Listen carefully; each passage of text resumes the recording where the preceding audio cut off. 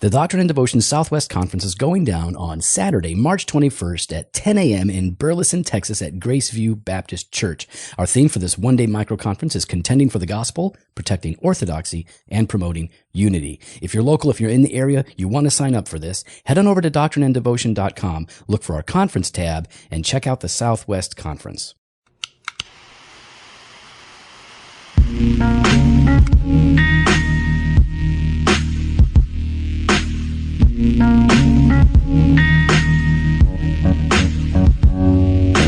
Welcome to Doctrine and Devotion, a podcast exploring Christian faith and practice from a Reformed Baptist perspective. My name is Joe Thorne. I'm the lead pastor of Redeemer Fellowship in St. Charles, not Missouri, St. Charles, Illinois. And I'm Jimmy Fowler, executive pastor at Redeemer Fellowship. Yes, you is. Yes, I am. You are. You're the executive pastor. Here I am. You are. Are you setting me up for failure right now? No, not at all. No, you are. You're setting up a joke. That's a joke setup. Here it comes. Nope. I was trying to remember what your title is at the company that you work for. Yes. And you are. And let me see if I can remember. Executive Vice President of Operations? Or just No. Vice President of Operations? Yep. VP. You're the Veep. You're the Veep. I'm the Veep. You're the Veep. All right, cool. So, Veep there, Veep here. is it the same thing, kind of?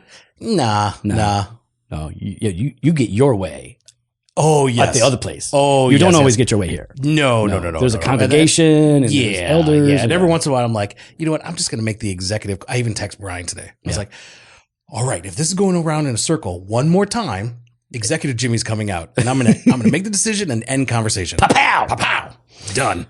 Oh, it's good to hang out, man. I've been looking forward to it. I've been looking forward to this all day. Man, I was was gone.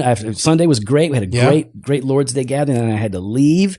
And because it was just too powerful. I was spirited away. You were spirited away. Okay, where did the Lord send you? Well, I was in Dallas-Fort Worth area. I went to the Village Church to join 99 Which is in where? Where is it at? It's in Texas. Yeah. Flower Mound, continue. Yeah, whatever. Nobody cares exactly where it is. Well, there's multiple locations, so. Yeah, but we went to the main one because it was an Flower X29. Mound. Yeah. X29 gathering, 100 of us were there to talk about the whole firing of Steve Timmis and how that went and everything. So we're going to get into that a little bit later. But Jimmy, you don't know what happened when I flew out there and flew back. You know that something happened, but you don't know what happened. So I don't know what happened. I saved it to share this humiliation. You saved it for right now. I wanted to share my humiliation with you on air to get your reaction. I want to see. We're going to lock eyes, and I'm going to tell you. Locking eyes has never gone well for us. It always goes well. That's how the magic happens. All right, let's go ahead and all right. start. All right, I'm ready. So Deb, the ministry assistant here, set up the flights, the car rental, hotel rooms, and all that. So I got all my stuff. I'm ready to go. Boom, boom. I go to O'Hare. Okay. And I've got my pass on my phone. You know, good. I show them that. They got to show them your driver's license. Show them my driver's license. Got onto the plane, flew, bumpy flight, whatever. Get off. Get into that DFW airport, which is a disaster train wreck of a place. It's terrible. Houston is fantastic, by the way. But continue. So to get to the car rental place, I got to hop on a bus. We wait for like 25 minutes. The bus shows up. There's like 30 of us out there waiting, too full, can't get on. So everybody starts yelling at the bus driver, "You better send more buses." So then I'm like, I ain't got time for this. So I got in an Uber. They took me to... You are one of the most impatient. I don't like standing around. Here's the thing. You were there a day early, and you couldn't wait the additional 20 minutes? I wasn't a day early. I was hours early, but not a full day. It wasn't 24 hours early. Okay, you went on Sunday. The meeting was on Monday. Yeah. All right, so you were less there. than 24 hours. You were there because it was cheaper that way. And you couldn't wait 20 minutes. Well, I didn't know how many buses are going to take. So here's the thing: I took an Uber to the place. Right, took forever. The guy had to pay a toll. He was really annoyed. And FYI, guys, I'm sorry to keep interrupting, but I want people to understand. Yeah. This is what it's like to travel with Joe. No, it's not because I just do whatever you say when we travel. No, you do not. I do. Yes, I do. Complain. I complain, but I do what you say. Because I know what I'm doing. And then, but hold on, you say I know what I'm doing, and you say you do what I say, and then I say something, and then you try to change it on me. I don't change it. Nope. You do. Nope. You sit there and ask questions. Yep. That's not changing it. No, but don't ask questions. Do you want to hear my story? I'm in the zone. But anyways, so you're so impatient. You had to get an Uber. The guy's mad because he's got to pay toll. Go. So I get to the car rental place and I'm like, what's up, man? Confirmation number. Right here, Joe Thorne. Great. Like Bugatti, whatever Deb got me. I don't know what it was. Yeah, I'm sure that's what she got you. It was actually Hyundai Elantra, I think. So anyways, he's like, great ID. And I was like, yep. No driver's license. I lost it. I lost my driver's en route to there, and it's gone.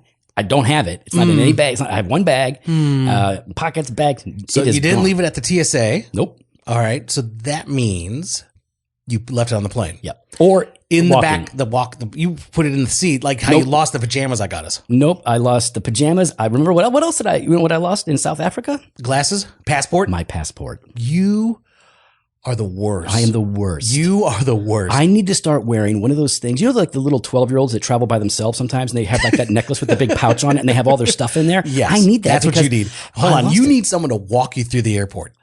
Yeah, I would. You need an attendant. That's why I like it when you walk me through the airport. First of all, you sit there to complain. It's fine. That's what I do. You're like, we have to run there. We have to. No, Joe.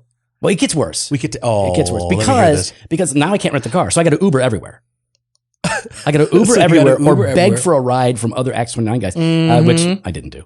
And then on the way back in, because you don't need no man. No, I don't need no man. So I go. So now, how did you get on the plane home? Okay, well, first of all, I'm like, this is no big deal. I've got a firearms identification card. I've got a concealed carry card. Yes. I've got photo ID issued from the government.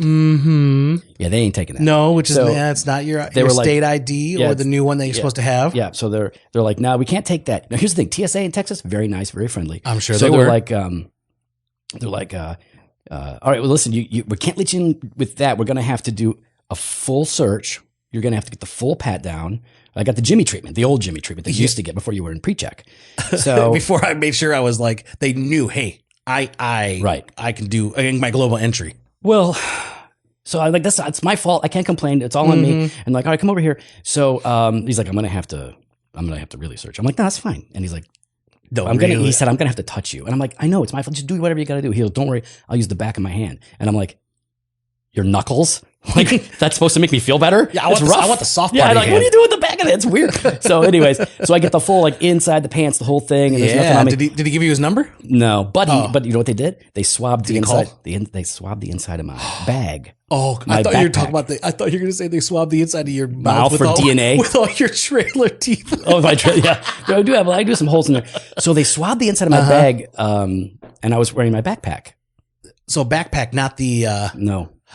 Okay. And what do you think happened when they swabbed the inside of my backpack? There was gun residue. Yep. So then... is that the right term? Well, it was some kind of residue that set off a thing. It said like S13 or something. And I was watching it and I'm like, oh, here it goes. And it went off. And I'm like, what's S13? And she's like, we can't tell you that. And I'm like, but I'm guilty of it. So can't you just tell me what it is? Like, no, I can't tell you that. Want me to lose my job? And then the other guy, he's like, we're going to have to look at every single compartment, tear this thing apart. I'm like, that's fine. I know it's my fault. And so I said kind of foolishly, I'm like, well, back home, like, I have guns and ammo and sometimes, and he's like, because you talk way too much. I do. And he's like, there's a gun in here. And I'm like, no, there's no gun in there. I'm just saying that's why. I have learned long ago, less is say more. Nothing, yeah. You just sit there. I'm like a privileged white guy. I don't normally get this kind of thing. You don't understand how this is. Short answers. Yep. Eye contact. Yep. Smile. Yeah. Short answers. Yeah. You don't offer anything. Yeah. Now I know. Ask nothing, say nothing. Now I know. That's my motto. Okay, well, I'll live by that from now on. So I got to go get a new driver's license, and then I got to go get that pre-check global pass thing. Why? Yeah. You're never going to be invited anywhere. I just got one today. For where? It's actually, I think it's in Texas. Yeah. Where are you going? Let's hear it. You don't even know who it is. No, I just got it. It literally came in minutes ago. So Mr. Big Deal. All right, so let's just do an episode where we're going to talk about a bunch of different stuff, right? Because we got a lot to talk about, and thought we would talk about this A29 thing because we mentioned it earlier. A lot of people listened. Even Matt Chandler, president of A29, listened to our podcast on the A29 stuff with Steve Timmis, who was fired, and so we've gotten a lot of good feedback. But we just had this meeting with. When's Matt coming on? Hey, Matt, you need to come on, Matt. Matt, come on. Let's do it. Come on. Now, I'm assuming Joe forgot to ask you since he forgot his ID. I didn't get a chance to talk to Matt. He was flanked by bodyguards. Stop it. Don't give that. People might believe that. I saw his wife at Starbucks, though. When I went to go get a Starbucks, she was just sitting there like, I'm pretty sure that's her. Because I've seen her on stuff before. And then I asked some guy, and he's like, yeah, you want to go talk to her? And I'm like, no. That's weird. Hey, you want to go talk to her? You don't know me. I don't know you, but you're Matt's wife. Like, that would be weird. So I did. So we were there, and so we thought we'd give you an update about where X29 is at from our perspective. And the meeting was good. There were 100 people there. So the regional leaders, there's 5 of them from North America, or the 5 network leaders. There were board members there.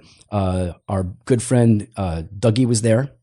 Ooh, He was Dougie there. Logan. So it was a good meeting. It was like a time of worship, and then we just got right into it. And it was a very detailed, a very thorough, and I think a very honest and transparent sort of telling of what happened.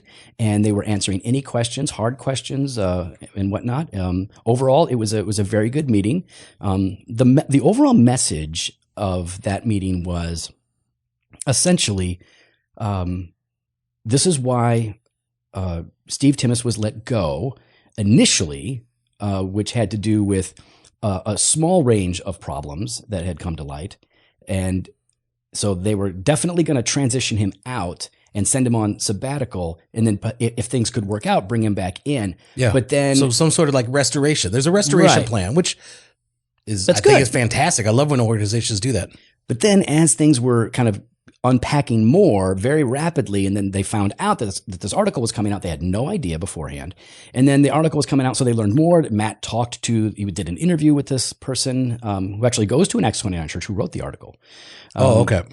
So he kind of, he talked to them and got more information. Then they talked to Steve. And then after more things had transpired as quickly as it happened, they decided it has to just be a clean break. We just have to let him go. And we're not looking to bring him back on.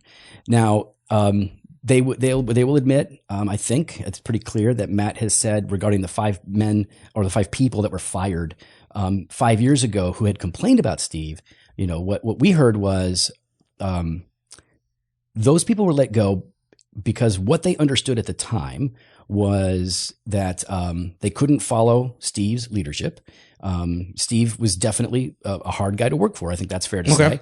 But their perspective of the complaints had more to do with following this new direction. And even if that wasn't the whole thing, there might have been more to it to letting these people go. But they did let them go.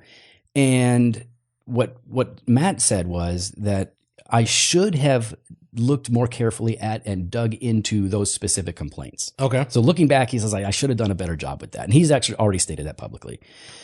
So I think where we're at now is... Now, hold on. If I can interject. Now, I wasn't at the meeting, so I definitely have questions that you're not going to be able to answer. I can answer. No, you can't. I can answer.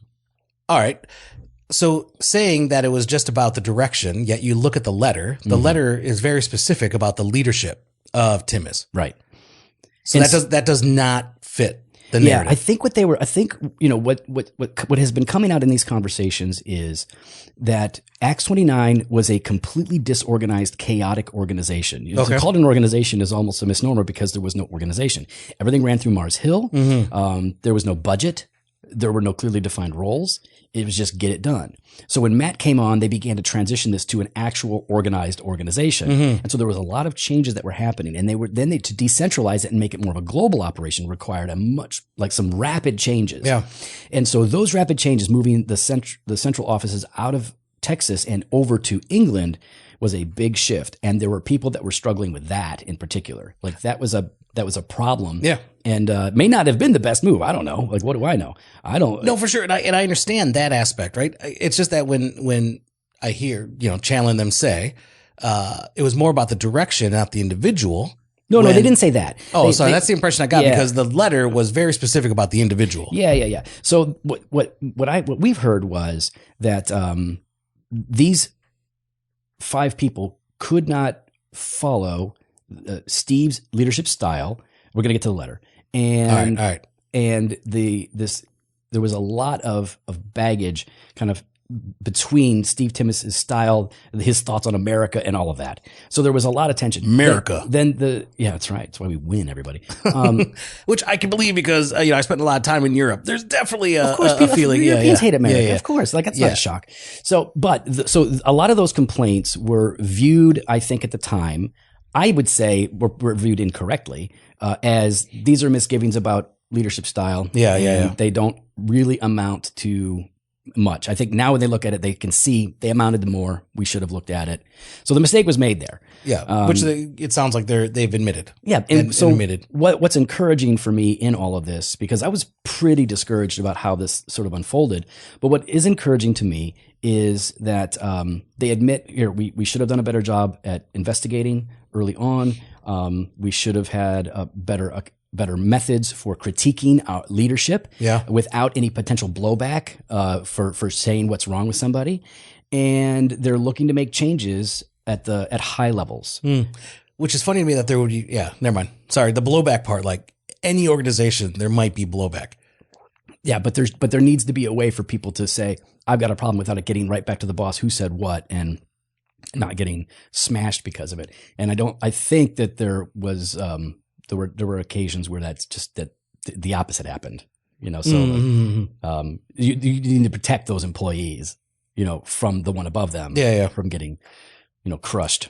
Yeah. So again, then that just shows that person shouldn't have been in that leadership position. Right. You know what I mean? Yep. And I think, and we should be able to have honest conversations, direct conversations, right? Like, as having you as my subordinate, you're free to say what you need to say. And I listen to you and, I don't blow back, I don't punish you for it. I just ignore you. I don't know. I feel like sometimes you're a little aggro. Yeah. So you're admitting then that I'm in charge. Gotcha. No. I heard you. We all heard you. Thank you, Joe. So I know a lot of people are really chomping at the bit, and a lot of people are saying a lot of bad things about Matt and all of this. Listen, honestly, from everything, my conversations with Matt, my conversations with other pastors, the pastors that I know in Acts 29 are good, godly men. I'm encouraged by them and their character and the way they do ministry.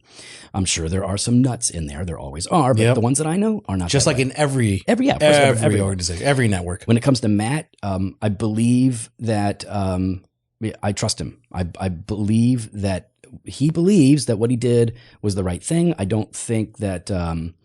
I think he mishandled a couple of things here, but they're trying to make it right. So they've actually went back and had conversations with the people, with 4 of the 5 people that were fired. Go back, have conversations, try to follow up, apologize where they went wrong. They've been doing that stuff. So all that's actually very good. That's encouraging. So I think that I'm very comfortable saying I appreciate Matt. And listen, I don't have any obligation we don't feel any obligation to anybody. Like, we'll tell you exactly what we think. I don't really care if people are upset with what we say. We just say what we say. We say what we think. So I trust Matt. I really do. And I'm hopeful to see change happen at high levels for accountability, transparency, and stuff like that. So, and maybe more utilization of the JOFO. Yeah, I don't know. It's only certain regions that like us. Have you noticed that? Well, I'll tell you what. They love us in New Zealand, hate us everywhere else. No, here's the thing. Even while I'm sitting there and at a table, there's all these people, and I don't know the people from our Chicagoland area. I know a few other people. So this dude comes over with a big beard. He's a big guy, and they're like, "Hey, this is Brian. This is Jeff. This is blah blah blah." And they get to me, "This is Joe," and I go, "Hey, I'm Joe," and he goes, "Joe Thorne," and I was like. And everybody at the table was like, "Oh, here we go." And I'm like, yeah, Joe Thorne. And he's like, "Man, I love the podcast." Yeah. That's right. Yeah. That's right. A29 just doesn't love us. No, you know what? Maybe they just don't know. I don't know. Hey, A29. Nah, they don't love us. They don't utilize us. Well, listen, that's the update on the X29, and we'll share more as we're going along. But every year we evaluate: are we going to stay in the network? And so we do that every year. We always evaluate every year and see how we're doing. And I think that's actually a good practice for the network. You need to evaluate: are you want to stay in the network? You got to sign the covenant if you're going to stay in. Yeah.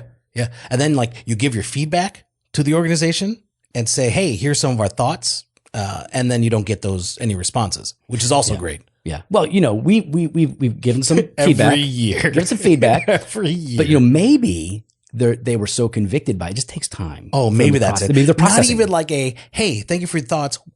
We disagree, and we're gonna. I actually respect that. I can respect that. Yeah. What I don't respect is the thanks for your thoughts, and then that's it. Yeah. Well, and then nothing changes, and it's the same old, and it actually probably just got worse. I'm just saying. I'm on the fence. All right. What about Matt's gonna have to call me? Maybe we'll stay, Matt. Matt ain't gonna call you. Matt, maybe we'll stay. Because first of all, you only FaceTime. You refuse to use a regular phone call. You only FaceTime people. You know why? Do you know why? So you can look at their eyes and see if they're lying. I can see if they're lying to me. I know how you are. And make sure there's no one else in the room. Mm-hmm. Yeah. Well, they could be on the other side of the camera, dummy. No. People are not that smart. Okay. All right, go ahead. Let's go with this. We got some mailbag. That was the whole crazy stuff. Let's get into some mailbag. Yeah. Who's first? So here's less crazy. That's not true. This is crazy at 11. So we're allowed to say the name. Here we go. Yeah. Ben Mayfield sent us an email. Dissident Doctrine in my podcast playlist. Hi, Joe and Jimmy. So as I've said before, I love your guys' podcast, and I think you're doing a lot of great work. That's right. Here we go. However. There's always a but. There's always like, hey, man, I love you, but. However, every time I go to listen to an episode, I get the recommendation for Stephen Furtick's podcast, since I once downloaded a few episodes when I was young and foolish. Can I truly be saved with this read on my ledger? Best regards, Ben Mayfield. Well, obviously you can be saved. Obviously, Ben. yeah. I mean, like, the atoning work of Christ cancels out all of our sins and our debts, but you can never be cool. Yeah. I mean, you can never listen. We've all been young and we've all been foolish, but we don't all steal a car and crash it into a lake. That's a dumb thing to do. And this is, like one of those things where like, okay, you can say that I was young and dumb, but you did something that is really embarrassing, downloading a few of the Stephen Furtick podcasts. Yeah, for sure. And I know this is like a joke, email and everything like that. And we're treating it like a joke, but I do want to hit on just real fast, Joe. I know, but I do want to hit on, I think, the seriousness of,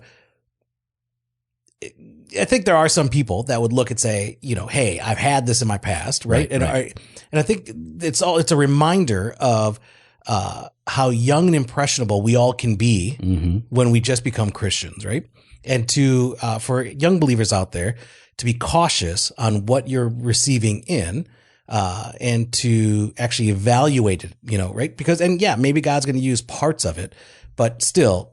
Evaluate, move on to something better. Yeah, don't fret about how you were. Focus on how you are. Focus on the Lord that you know, because like everybody, right? Kids are dumb. And kids make dumb choices because we're kids. We don't know. We're not mature. And when you're a brand new Christian, you're dumb baby Christian. Like we don't know. And we all do it. Yeah, some of us, charismatic or Catholic or Anglican, whatever. You throw Anglicans under the bus, man. You're gonna get some hate mail.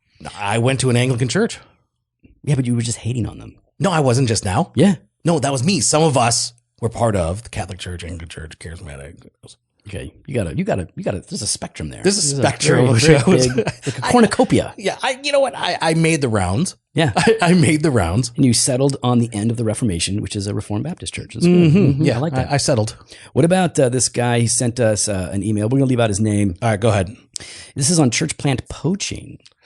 Ooh. It says, hey guys, just had a question for you. Obviously, bro, you don't need That's to why say you're that. setting. I mean, you don't need to tell us that you're going to tell us something. It's like, hey, before I tell you something, I just wanted to tell you that I'm going to tell you something.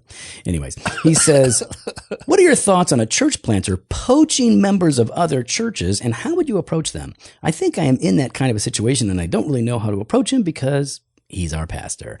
Do I even try to approach him? Approach them? Thanks, guys. So I'm not exactly clear because there's a lot of them and him in there. It gets a little confusing. The impression. Okay, here's the thing.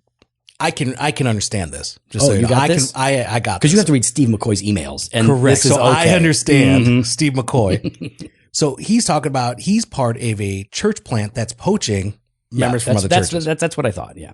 So, personally, I mean, I guess there's a new church plant comes in. It gets, especially in a smaller town, people get excited. Even in a large town, I shouldn't say that. People get excited.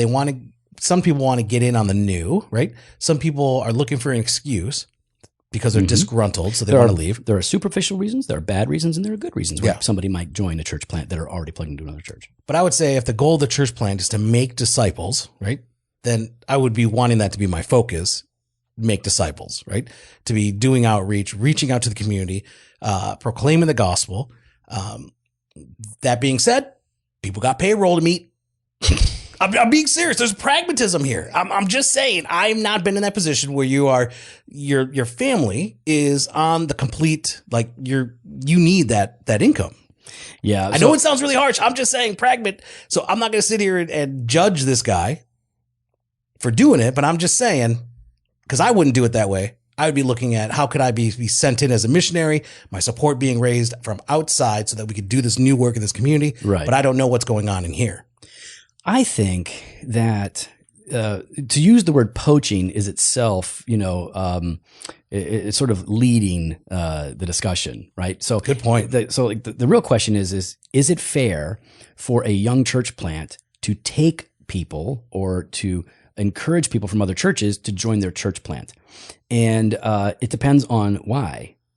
For me, I would say that, so like Jimmy said, that there are superficial reasons that somebody would leave their established church that has been home to them for the new thing. And that's because it's new or because it's exciting. That's a weak sauce reason. Oh, I agree. You should not leave your church for that. Don't do that. Oh, yeah. And some people want to get on the ground floor so they can be in leadership. Yep. There are selfish reasons for that. And a lot of church plants attract these people that are like, oh, I can get control of this thing. This will finally be a place where I can do my thing. All right. So no, none of these other pastors will listen to me. Yeah. I wonder this one might. Wonder why. So there are superficial reasons. There are bad reasons why people would want to join a church plant. But then there are good reasons why somebody would leave a particular church where they are a member to join a church plant. And those reasons would be A, theological unity. If you don't have theological unity with your current church because maybe you are Reformed and you're going to a non-Reformed church, or maybe you're not Reformed and you're going to a Reformed church. Yep, those are good reasons. So you know what? That new church is actually exactly what I believe. I can have theological unity there without creating any division in the church. That's a good reason to go. Also, some churches are it doesn't even really matter what the size is, but some young church plants will oftentimes attract people who want to help a new work. They just are excited about, hey, this is an opportunity for us to do something new. And so not because it's new and exciting, but because they feel called to be a part of a new work. So that's a good reason for somebody to leave. But if they're going to leave their church to join the church plant, then they had better talk to their pastors. They had better say, hey, listen, here's what's going on. Here's why I want to go, and communicate all of that to them. If they can't do that with a clear conscience, then they have no business going. Yeah. And I know for us, I mean, we try to push people out the door in the church plants. Yeah. Take as many as you can. Take as many as you can. We're like, especially please. People on this list right here. Yeah. No, when we sit there, we tell them, we go, listen, there's going to be a giveaway. Yeah. If you join the church plant and you're there for 6 months, you know what? 6 months of your tithe. 6 months of your tithe, we give them back. I just added the Earls and the Husses to that list, by the way, for the giveaway list.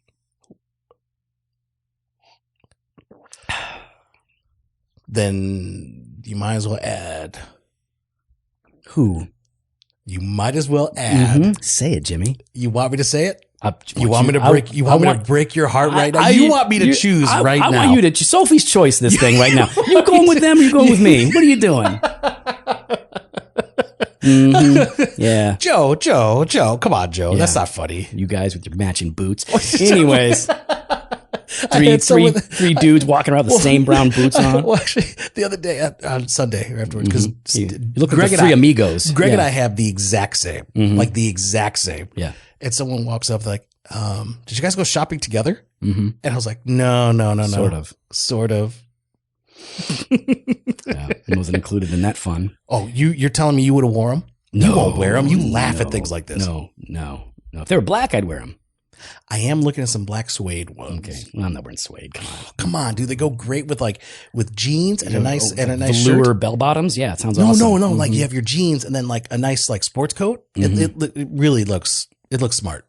All right, it's a good style. Here's the thing: Jimmy and I both agree. Focus on evangelism. If you're a church plant, focus on evangelism. Reach the lost. And yes, you are going to attract people to your church. Make sure they're coming for the right reasons and give them every reason not to join.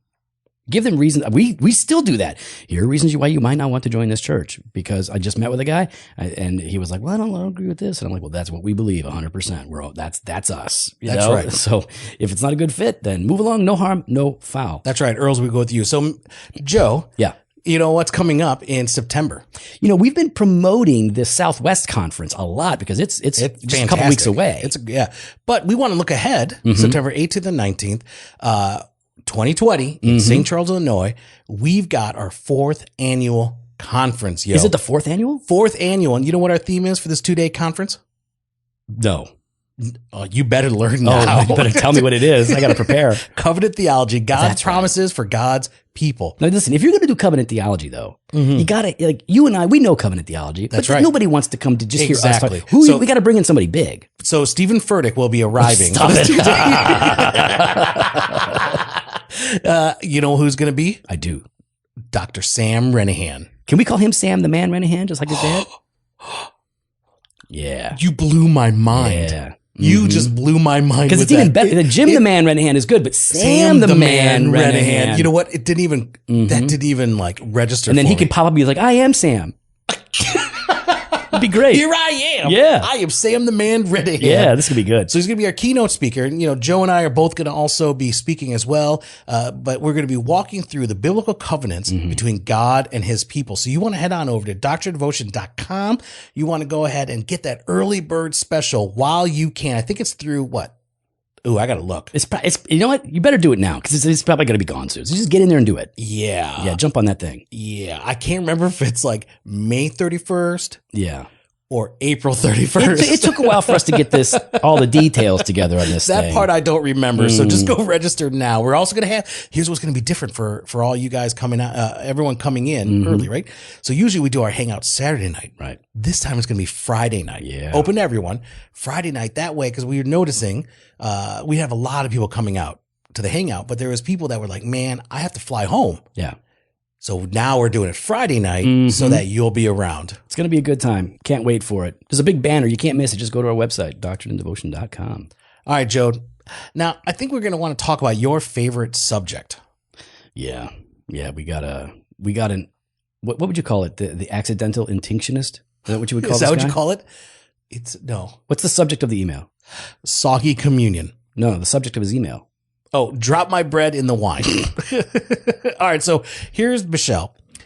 Oh, it's a lady. Yeah. It's a lady. I don't know why you thought it was a guy. Well, because Gillette is like a razor, and I think of men shaving. And it's I just said her name, Michelle Gillette. Sorry, Michelle. And it's Gouliette.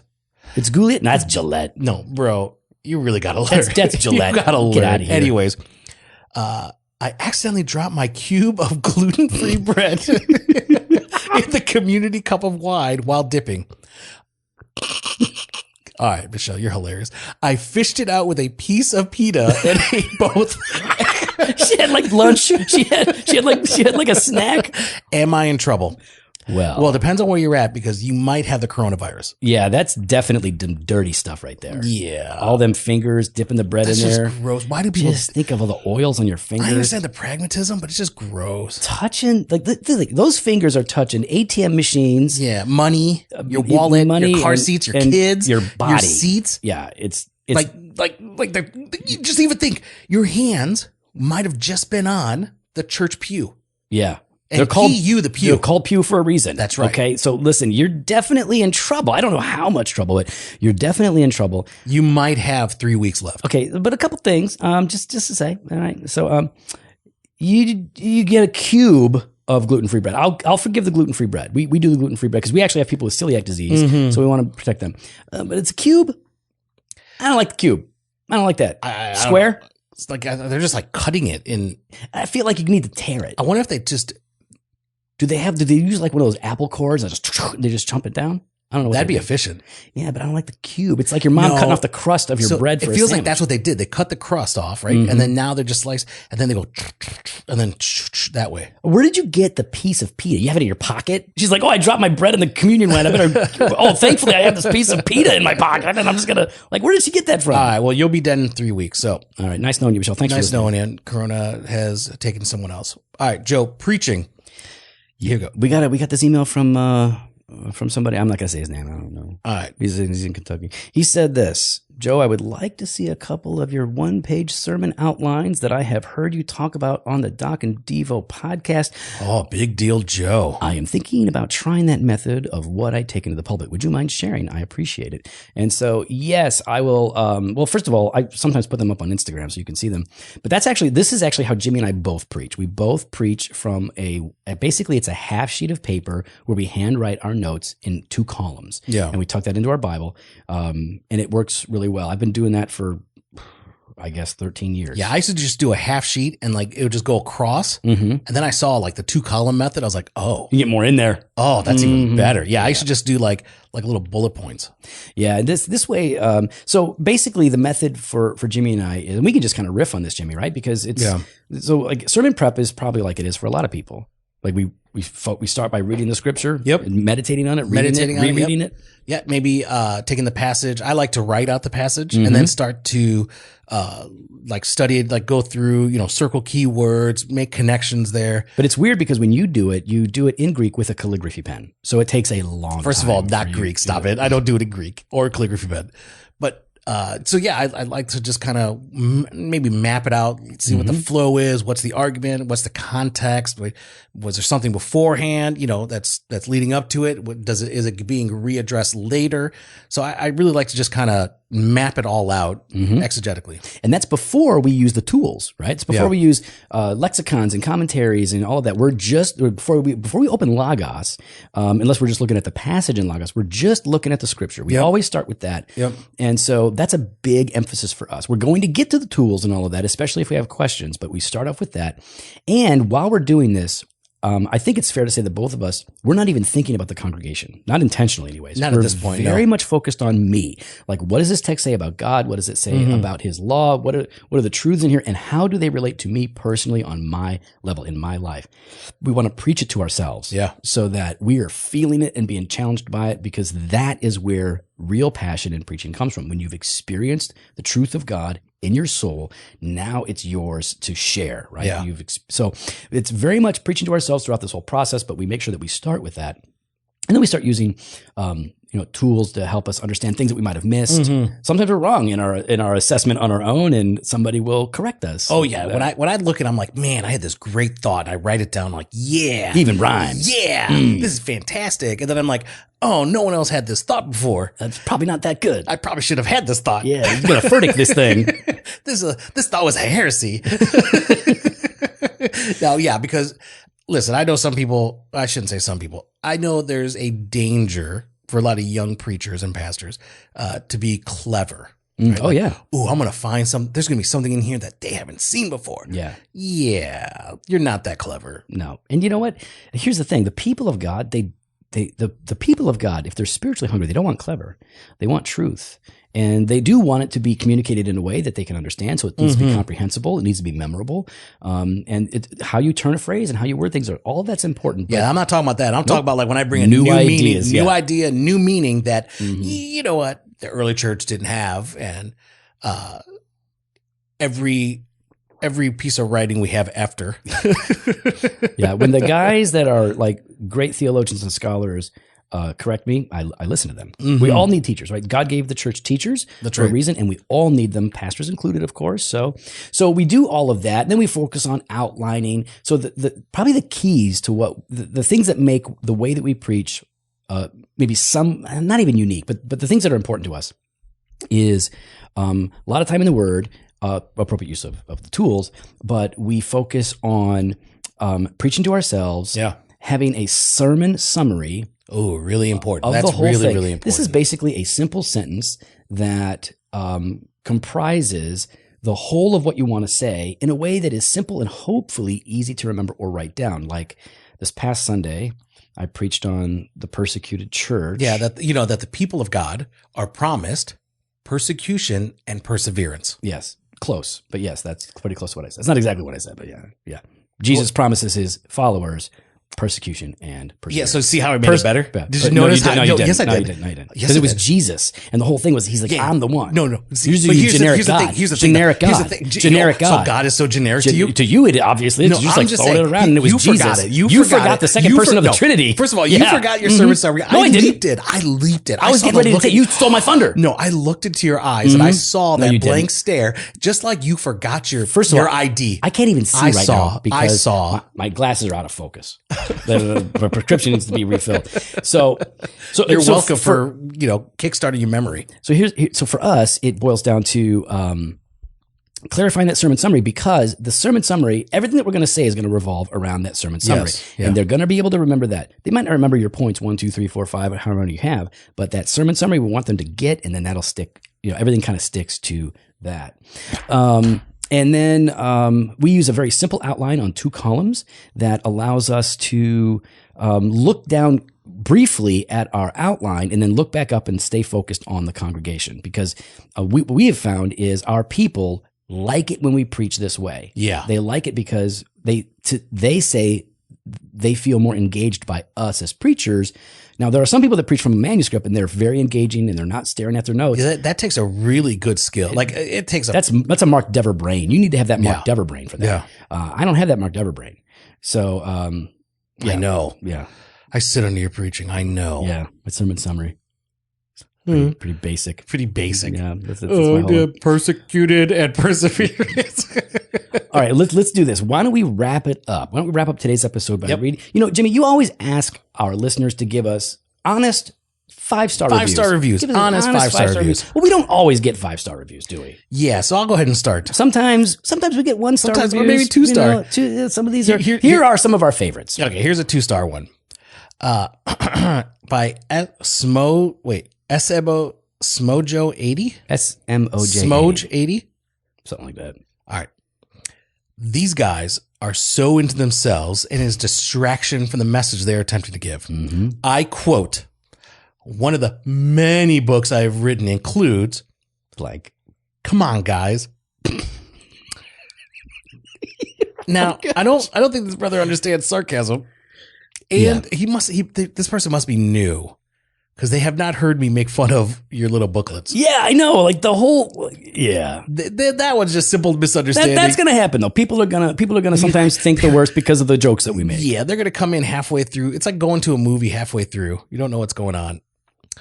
Go ahead. Why don't you take the next one? Oh, great. Yep. Okay. The title of this review on iTunes is "Women, You're Not Worthy." 1-star review by Praying DC. That's Praying in DC. Oh, Praying in DC. I can't read. This podcast's hosts explicitly, repeatedly espouse the hurtful beliefs that women must, quote, submit in the church, and that women's voices aren't worthy of being heard. I respect their right to believe that, but I won't listen to someone dehumanize me. Unsubscribed. I don't think she's actually listened to us in the first place. Yeah. I don't remember ever saying women voices aren't worthy of being heard. We actually actively train any willing woman on how to preach and speak. Yeah. But you know what? I appreciate that she respects my right to believe this. Yeah. Well, you know what? Praying in DC, I'm unsubscribing from you. What you think about that? All right. Here's a 1-star from KJ King James. It's gotta it's gotta be King James. 476. Mm-hmm. Oh, this is deep. Here we go. Unhealthy for pastors. They will turn inward and hate their congregations except for their fans. I don't know what's going on. What can you say about that? You know, hey, Yeah. you know what? First of all, there are senses in which we are unhealthy. Mm-hmm. I mean, look at us. We're not exactly Tip-top shape. pictures of health. No. But okay. All right. Well, we got another one. Oh, here. I left this one for you. Thank you. This one's right on the money. I gotta say, like, they've got our number here. Yeah, just read the review first before the name. Okay. The name is actually good. Yeah, the name leads me to believe this is a joke. Continue. Fake pastors, fake churches, fakey fake. Buy our junk. The gays. You guys sound like effete. I think they mean effeminate. Yeah. Effete car salesman, LOL, selling crap to stupid people. Thanks for doing your share to spread the global homo agenda. I'm sure Soros is proud of you. When are you hosting Drag Queen Story Hour at your church? I don't know what to say. What the heck? It's a 1-star review, so it's got to be serious. Otherwise, it'd be a 5-star review. Yeah. Oh, well, hold on. Are you ready for the... Who submitted this? Okay, ready? What's his name? 8675309 song. Yep. Yeah. Is this Steve McCoy Pond? No, because I know it's not. We've got like almost 1,000 reviews. We have pretty much a 5-star rating. It's, if you look at it, it just says 5 stars. There's a few people that really hate what we do and what we are. You know what happened though? I didn't even know this happened. The people know. The regular listeners know that my 9-year-old son Killian, I know you're listening to this right now. What's up, Bonger? What's up, Bing Bong? How you doing? So Killian listens to the podcast. Mm-hmm. He loves it. And when we collected these, I was looking at our reviews. A couple times a year, we actually look at the reviews. We don't actually actively go and look at them. And I was looking through it, and there's a review, it gave us 5 stars. Mm-hmm. Says, I like this podcast because it's my dad and it talks about God. I got to be honest. That made me feel like $1 million. Yeah. That made me feel like, 8675309 song. What's up? Now, did your son fix his heresy? Oh, because he's got a lowercase g for God? Joe said that. You said that like a proud father. He's like, I said it to Jimmy, like, look at this, man. Isn't this so encouraging? And what'd you say? Your son's a heretic? You sent me like asterisk capital G God. Like you're correcting him. Like, thanks a lot, bro. I'm missing the point. I'm trying to like show like this is cool. Celebrate with me. Yeah. I know. Mm-hmm. Yeah. Love you, Bonger. Mm-hmm. Bonger, you are the man. You are. You are the man. Bonger's our number one fan. He is. Number one fan. We love him. And if you don't know why we call him Bonger, don't worry about it. It's just a nickname that he's had forever. He doesn't like it, but too bad. That's how we roll. It's what it is, Bonger. His name is Killian. We call him Bonger or Bing Bong. All right, Jimmy. This was fun. We got to wrap it up, man. Yep. Well, we'd love to hear your thoughts. You can follow us online on Instagram and Twitter at Doc and Devo or on Facebook /Doctrine and Devotion. You can head to the website, doctrinedevotion.com, and there you can email us. I knew it. I knew you were going to say it. I knew. That's why I said you had to email us. So you can you go to jofostore.com, and there you can grab our gear. Yeah. Right there. Yeah. So sell. Homo agenda. Where does that come from? I don't even know. I don't even know. Did he mistake us for like... Did he mistake us Happy for Al rant? Mohler?